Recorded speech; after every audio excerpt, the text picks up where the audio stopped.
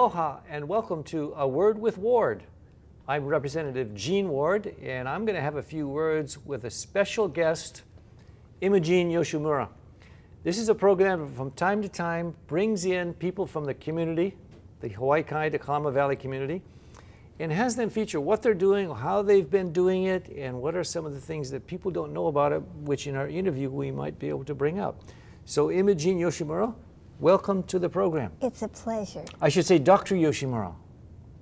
Most people don't know that you have been back in the botanical gardens in the area where the new, or just across from Queen's Gate, doing your Koko Crater Equestrian Stable. Give us some history and background. You've been there for quite some time now, right? Yes, I've been there. I'm the oldest living relic at the crater. That's a good one.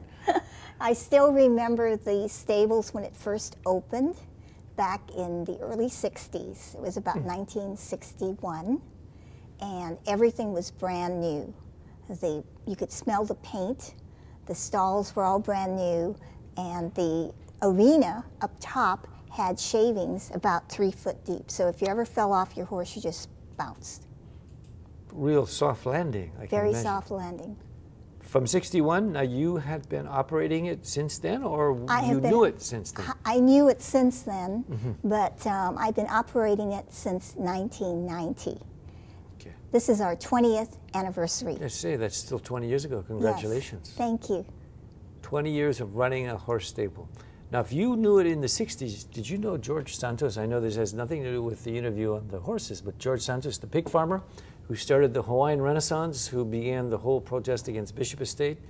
He had his pig farm, and he said, "I'm not moving," and he stood his ground. Was he around at the time? Yes, he was around at the time, because back then Hawaii Kai was just rural, and they had roads with pig farms down Kalama Valley, and I used to ride my horse down Kalama Valley, and every pig farmer had their dogs that chased us off. Do you know where George Santos' house was? No, I do not. I had put that out to the residents of Hawaii Kai to Kalama Valley, and lo and behold, some very specific intel came in, and we do now know where he lived. We haven't checked with the person who lives in that exact plot and house, but the fact that to many, whether they're Hawaiian or non-Hawaiian, that's a significant beginning of the Hawaiian Renaissance, the whole Hawaiian protest movement.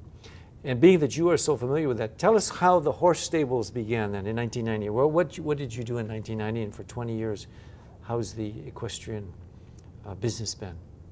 Well, in 1990, I embarked on running a business that offers the joys of riding a horse to anybody who loves horses and wanted to learn. So we did trail rides through the botanical gardens. We did riding lessons in one of our 4 arenas, and we had a tremendous response from the community because everyone who loved horses was there.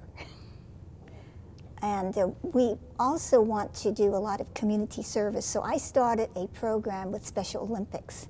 And in 1991 through 1992, we had a group of 6 Special Olympic adults who came to learn to ride with us. And at the end of that program, they rode in a horse show, and they were very proud of their achievements.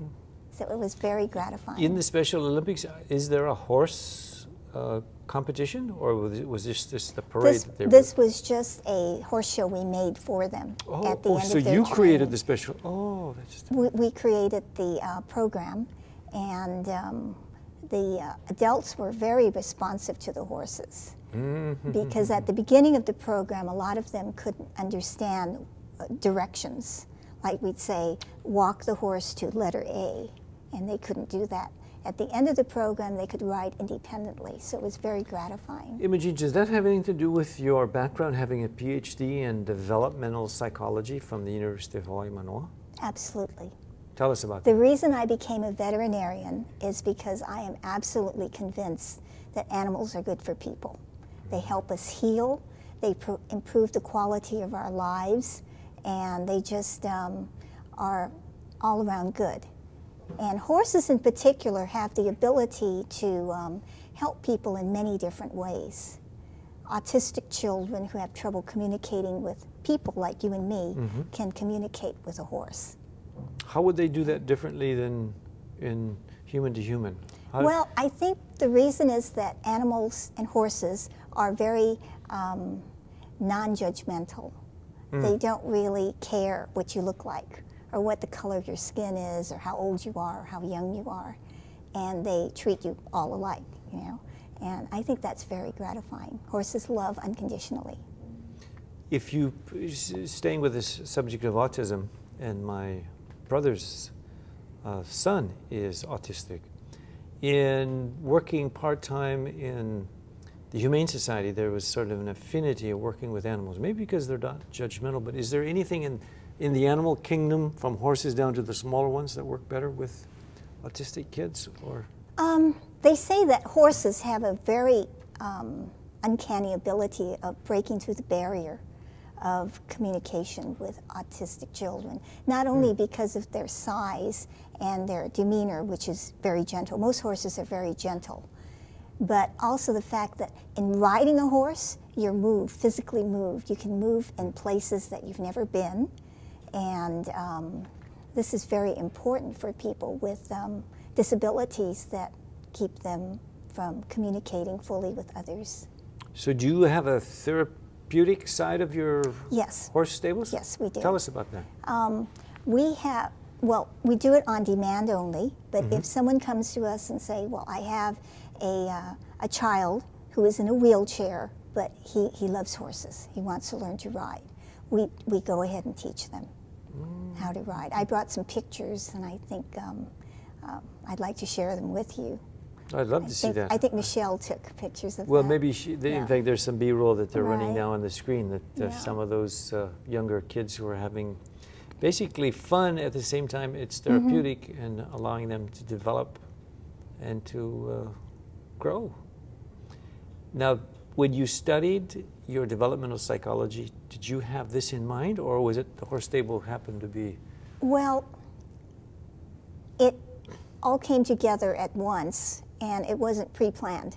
It was one of those situations, but I was always convinced as a psychologist that animals have a healing power, and I also believe that as a veterinarian, I would have more clout in suggesting it to people. You know, I went to vet school in '84, and at that time, a lot of facilities that took care of convalescent people did not accept animals in their homes.